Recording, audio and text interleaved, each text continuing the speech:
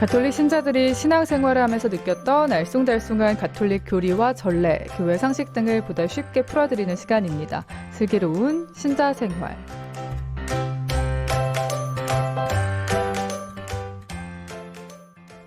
네, 이 코너는 신자 재교육 시간으로 모든 가톨릭 신자들의 궁금증을 함께 살펴봅니다. 신자들의 든든한 길잡이가 되어주시는 두암동 본당 김계홍 요한 크리소스토모 신부님 함께 하십니다. 안녕하세요, 신부님. 안녕하세요. 네, 오늘 세월호 참사 7주기 지내는 날인데요. 네, 매년 이맘때 또 이날만 되면 마음이 참 무겁고 착 가라앉은 것 같은 그런 기분 드는 것 같아요. 예, 잊을 수 없는 일이죠. 또 앞으로 다시 그러한 일이 일어나지 않기를 간절하게 또 바라는 바이기도 하고요. 네, 뭐 우리 삶에서 고통이라고 하는 것은 언제든지 있기 마련이긴 하지만 그 고통을 함께 서로 극복해 가고 또 위로를 통해서 힘을 얻어가는 것은 또 우리들의 몫이라고 생각을 합니다.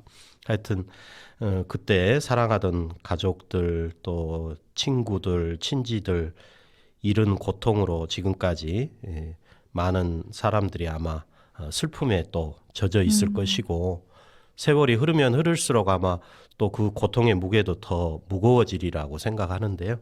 하여튼 함께 기도 중에 하느님께서 그분들에게 따뜻한 하느님만이 주실 수 있는 위로와 힘을 주시라고 기억해야 될 것 같습니다. 네. 세월호 유가족들, 또 희생자들, 미수습자들 모두 기억하면서 하느님의 따뜻한 힘이 그분들에게 전해지길 기도로 오늘 마음 모아보면 좋겠습니다. 자, 오늘도 김계웅 신부님과 함께 가톨릭 신자들의 궁금증 살펴보는 시간인데요. 청취자분들이 직접 문자로 남겨주신 궁금증도 저희가 풀어드리고 있습니다.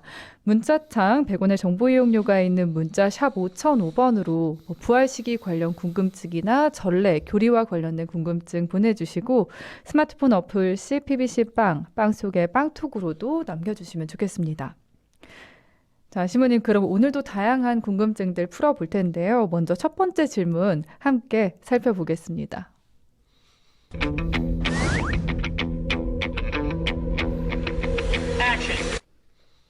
신부님, 동선동 본당 마르타입니다. 예전에 교리교육 받을 때 빈무덤과 예수님 부활 후 제자들의 180도 바뀐 태도가 그리스도 부활의 증거라고 배웠는데요.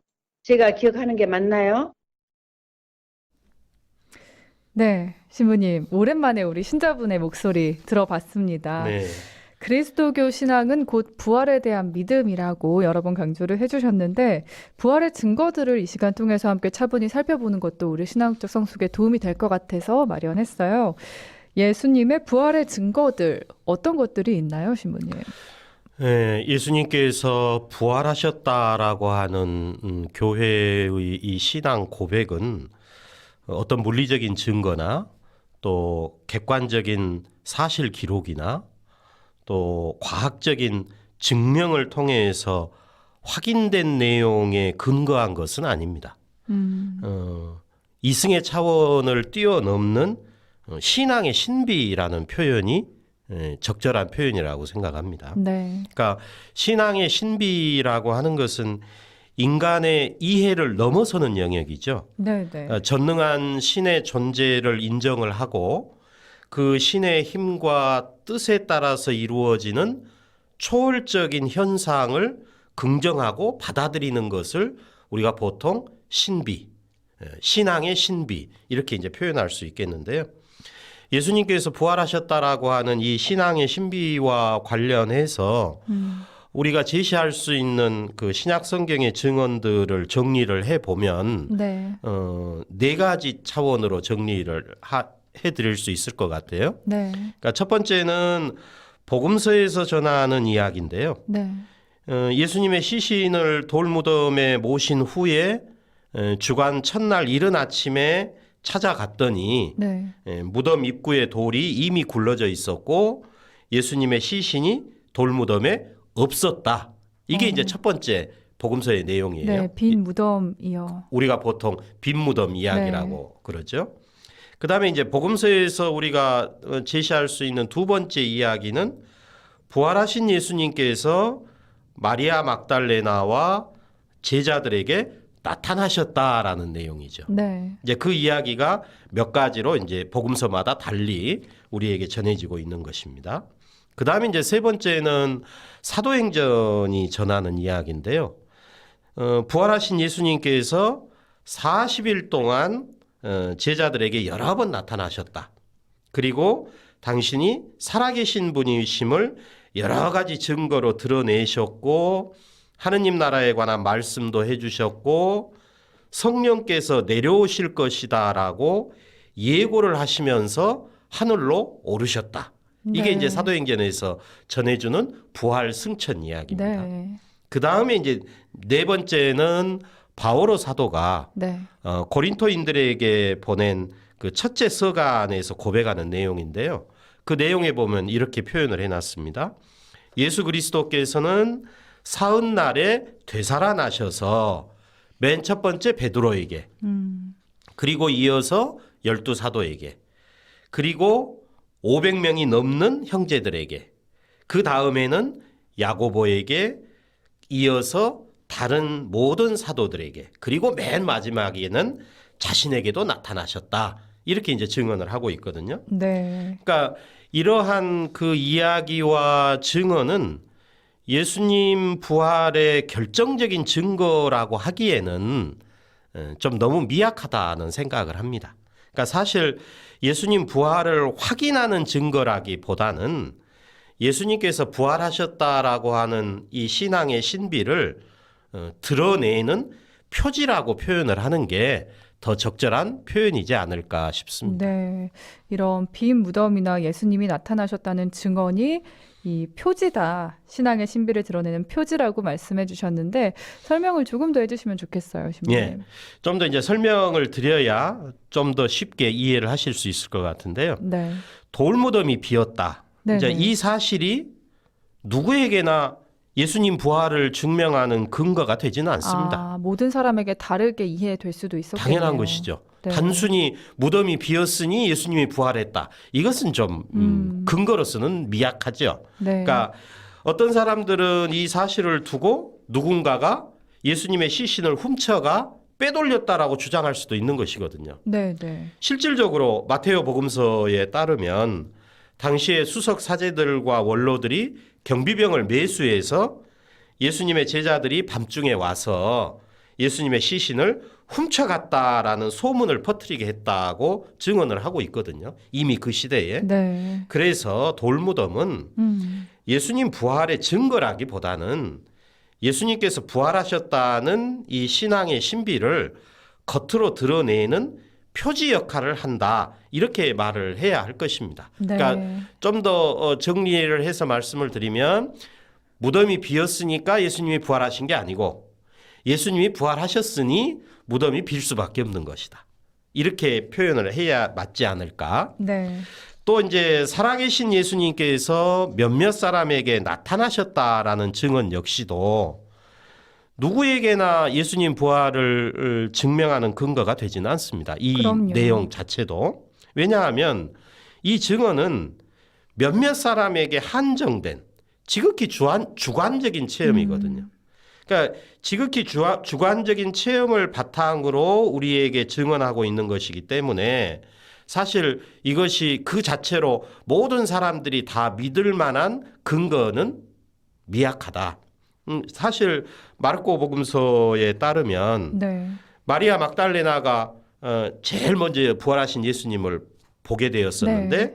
자기가 부활하신 예수님을 보았다는 그 체험을 제자들에게 말을 했지만 사실 제자들 그 말을 듣고도 믿지를 않았거든요. 당시에는 뭐 제자들도 믿을 수 없을 수밖에. 당연한 것이죠. 네. 어느 누구도 상상도 못했기 때문에. 그러니까요.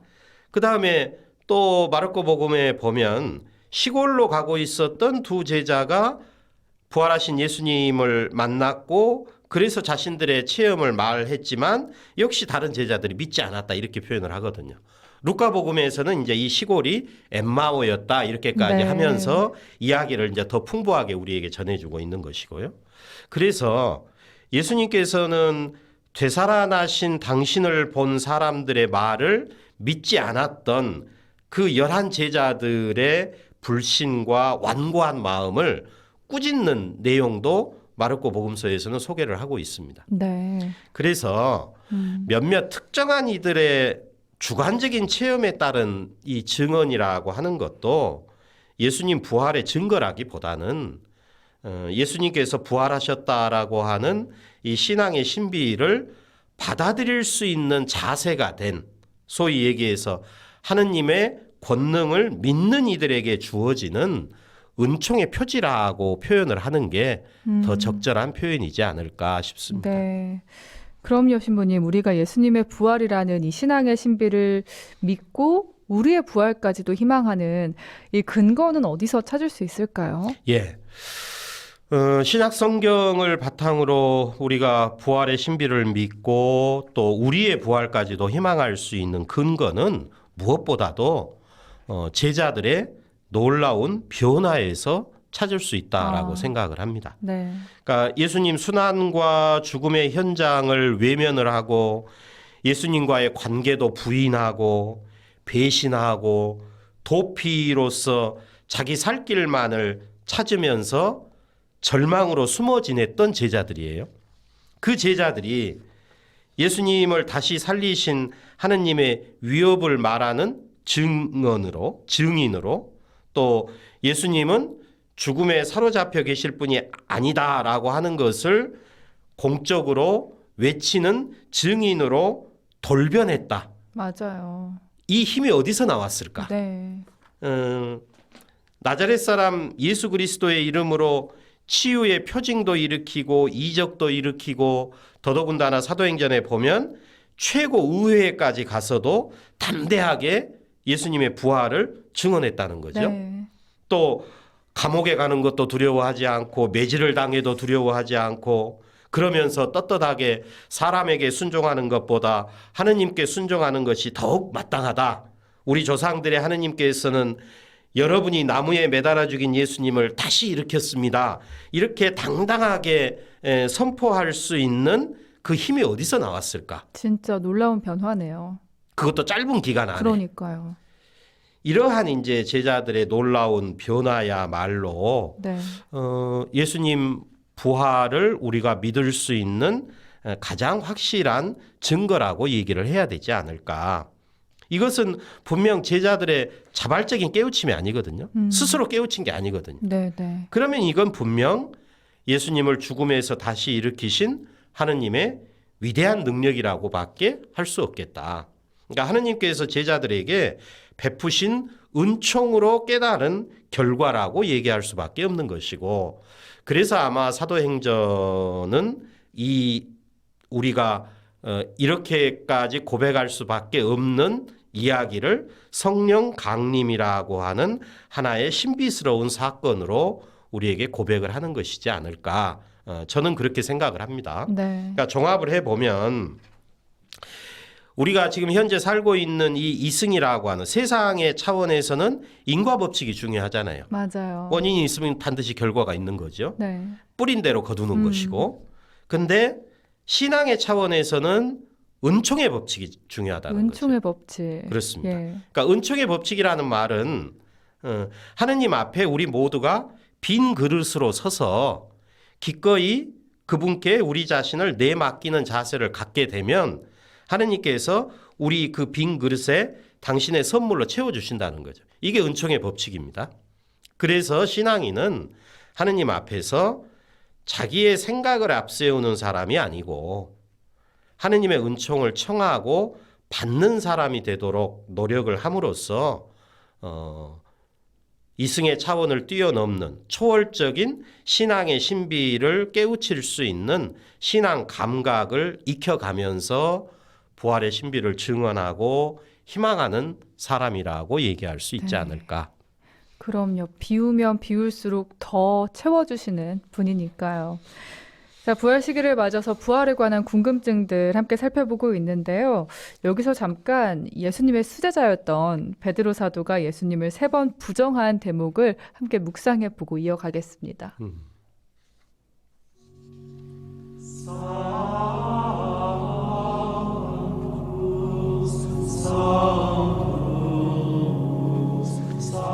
예수께서는 베드로에게 내 말을 잘 들어라. 오늘 밤 닭이 2번 울기 전에 너는 3번이나 나를 모른다고 할 것이다 하셨다. 그러자 베드로는 주님과 함께 죽는 한이 있더라도 결코 주님을 모른다고는 하지 않겠습니다 하고 장담하였다.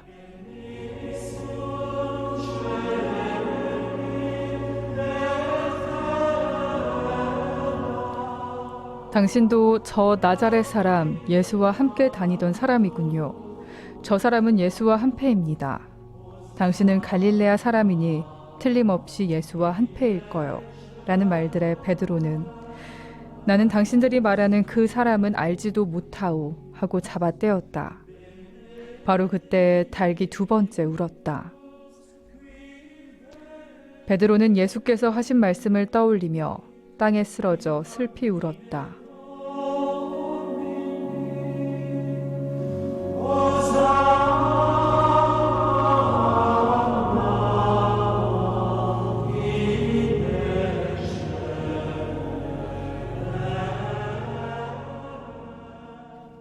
네, 잠시 베드로 사도에 관한 묵상을 해봤습니다.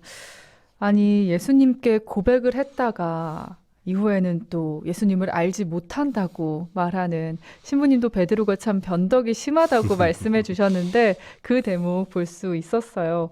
베드로 사도야말로 참 극적인 변화를 겪었잖아요, 신부님. 그렇습니다.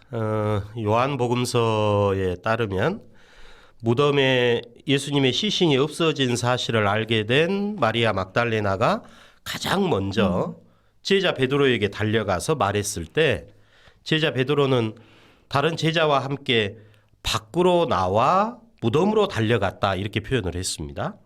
여기서 이제 밖으로 나왔다라고 하는 이 말은 네, 제자 베드로가 숨어 있었다는 얘기일 것입니다. 그러네요. 그냥 단순히 네. 방에 있다가 밖으로 나왔다 이런 표현이 아니고 아, 네. 이건 하여튼 두려움에 사로잡혀서 어디인가 지금 꽁꽁 숨어 있었던 거예요. 예, 그럴 수밖에 없었던 게 네네. 우리가 잘 알고 있는 바처럼 제자 베드로는 3번이나 예수님과의 관계를 부인한 부끄러움이 있잖아요. 네, 또 예수님의 무력한 죽음에 따르는 절망감도 있었을 것이고 또 유다인에 대한 두려움도 있었을 것이고 그래서 그는 숨어 있을 수밖에 없는 처지였던 거죠. 그 마음이 너무나 공감이 됩니다.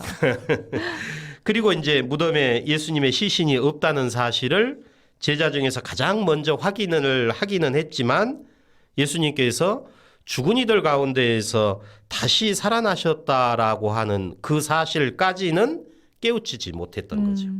그게 이제 요한복음에서 우리에게 전해주는 내용입니다. 네, 그 이후에도 제자 베드로는 다른 제자들과 함께 부활하신 예수님을 만났고 또 사명을 부여받기도 합니다. 네. 이제 루카복음 24장에 그 내용들을 우리에게 자세히 소개를 해주고 있는데요.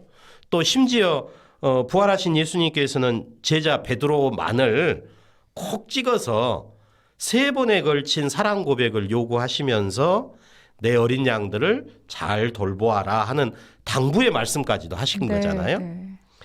사도행전에 따르면 하늘에 오르신 예수님의 모습을 제자 베드로는 현장에서 보기까지 했습니다.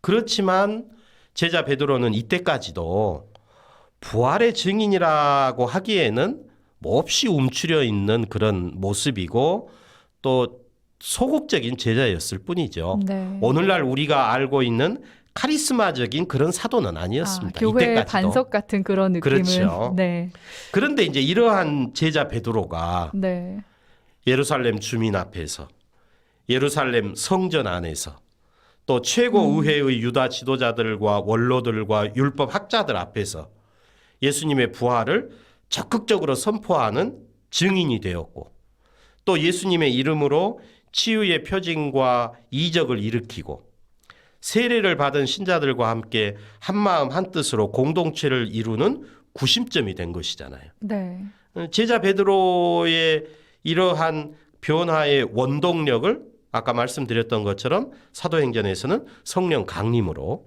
고백을 합니다. 사실은 우리가 마테오 복음서를 보면 네, 마테오 복음서만이 유일하게 이제 이런 표현을 썼었는데요. 네, 예수님께서 살아생전에 이미 이 나약하고 변덕스러운 제자 베드로에게 하느님 계시의 빛이 깃들고 있다라고 하는 것을 알아채신 것 같아요. 그래서 우리가 기억하는 바처럼 베드로를 어떻게 말씀하셨냐면 저승의 세력도 이기지 못할 교회의 반석이다 이렇게 표현을 하셨고 네. 하늘나라의 열쇠까지도 주시겠다라고 말씀을 네. 하신 거잖아요. 그래서 어쨌든 변덕스럽고 나약하기 짝이 없었던 베드로가 어떤 힘에 의해서 신비로운 힘에 의해서 카리스마적인 사도로 변화가 이루어지는 이 과정을 보면서 우리가 예수님 부활의 신비를 조금 더 가깝게 느낄 수 있지 않나 싶습니다. 그럼요. 모니카 님도 빵톡으로 예수님 얼마나 슬펐을까요? 사랑하는 제자 베드로가 모른다고 했으니 그래도 베드로 사도도 마음속으로는 많이 괴로웠을 겁니다. 했는데 정확하신 것 같아요, 정말. 예, 부활 시기 궁금증 계속해서 이어가 보면요. 사실 예수님 외에도 성경을 보면 다시 살아나는 이들이 있습니다. 이 소생이라고 하던데 부활과 소생 어떤 차이가 있나요, 신부님? 언뜻 같은 뜻으로 해석하기도 합니다. 두 단어 모두 죽었다가 다시 살아난다라고 풀이할 수 있기 때문입니다. 네. 부활이라는 말의 사전적 의미는 돌아와 산다는 뜻이고 소생이라는 말의 사전적 의미는 되살아난다는 뜻이거든요. 네. 그래서 두 단어를 엄밀히 구분하기는 사실 참 어렵습니다. 그러네요. 그렇지만 신앙의 신비를 다루는 신학에서는 네. 부활과 소생을 엄격하게 구분해서 표현을 합니다. 구분되는군요. 그렇습니다. 억지일 수도 있겠지만 네. 저는 부활의 부자에는 회복하다라는 뜻이 있는 것이고 네. 소생의 소자에는 깨어난다라는 뜻이 있다는 점을 참고해서 제가 말씀을 드리겠습니다. 부활은 죽음으로써 이승의 삶과는 다른 전혀 새로운 차원의 삶으로 건너간다는 것을 표현하는 단어입니다. 파스칼을 뜻하죠. 그렇죠. 파스카라는 말로도 표현이 가능한 것이고요. 네. 그러니까 예수님께서 부활하심으로써 본래의 신적 권위를 회복하셨듯이 한계를 지닌 인간이 하느님께서 창조하신 본래의 모습을 회복한다는 의미가 이 부활이라는 단어에는 담겨 있는 거죠. 그러니까 반면에 소생은 죽음에 잠시 머물렀다가 깨어나서 이승의 삶으로 다시 돌아온 삶을 표현하는 단어죠. 부활은 전혀 새로운 차원의 삶으로 건너가는 것이고 네. 그래서 하느님께서 본래 창조해 주신 인간성을 회복해서 새로운 차원의 영원한 삶을 살도록 건너가는 것이 부활이라면 소생은 네. 죽음에서 깨어나서 다시 이승으로 되돌아온 거예요. 똑같은 모습으로. 확실히 다르네요. 이렇게 들어보니까요. 그렇습니다. 그래서 신학에서는 이 두 가지를 분명하게 구분을 할 수밖에 없다. 그러니까 신앙의 언어로서의 부활이라고 하는 것은 하느님의 권능이 작용하는 초월적이고 신비한 차원의 삶을 표현하는 단어고 그래서 이승의 한계를 뛰어넘어서 하느님과 함께 영원한 생명을 누리는 삶을 표현하는 단어라고 본다면 소생은 죽음에서 깨어나서 이승의 한계로 다시 돌아와서 살다가 언젠가 또다시 죽음을 맞이할 그런 네. 상태를 표현하는 말이다라고 구분하시면 될 것 같아요. 네. 그래서 신약 성경에서 전하는 유명한 세 가지 이야기가 있잖아요. 네, 네. 예수님께서 회당장 야이로의 딸을 살리셨다. 또 과부의 외아들을 살리셨다. 당신의 친구 라자로를 살리셨다. 눈물까지 흘리시면서 네, 네. 이것은 부활이 아니라 소생이라고 표현을 해야 되는 거죠. 신약 성경은 예수님의 죽음과 부활을 증언하면서 우리의 부활에 대한 희망을 고백하는 경전인데 복음서가 이 세 가지 소생 이야기를 전하는 의도는 다른 것이 아니고 예수님께서 하느님의 권능을 지니시고 우리를 죽음에서 생명으로 건너가게 해주실 수 있는 분이다라고 하는 것을 증언하기 위해서 이 세 가지 이야기를 우리에게 전해주고 있다라고 생각을 합니다. 네. 그래서 예수님의 부활이야말로 이승에서의 최종적인 한계이자 두려움인 죽음이 이제 더는 끝이 아니라 새로운 삶을 위한 관문임을 보여주신 거죠. 예수님께서 부활하셨다라고 하는 우리의 믿음은 우리가 죽은 후에 이승의 삶으로 깨어나서 다시 돌아와 사는 소생이 아니고 하느님께서 당신의 권능으로 우리의 비천한 몸을 당신의 영광스러운 몸과 같은 모습으로 변화시켜 주실 것을 확신을 하면서 이승의 삶과 죽음을 초월해서 하늘의 시민으로 살도록 우리를 재촉하는 신앙이다라고 말씀드릴 수 있겠습니다. 하늘의 시민으로 살도록 우리를 재촉하는 신앙이다라는 말씀까지 해주셨어요. 972 애청자님이 교리에 무지한 저에게 너무나 감사한 시간입니다. 항상 건강하시길 기도 중에 기억합니다 하셨고요. 9832 애청자님은 나에게 부활이란 행운이다라는 말씀 주셨네요. 자, 오늘 김계홍 신부님과 다양한 궁금증 살펴봤고요. 신부님이 주 찬미하라라는 가톨릭 성가를 좋아하신다고요. 네, 이 곡 저희가 남겨드리겠습니다. 가톨릭 성가 83번 주 찬미하라 듣고요. 김계홍 신부님과는 여기서 인사 나눌게요. 감사합니다, 신부님. 감사합니다.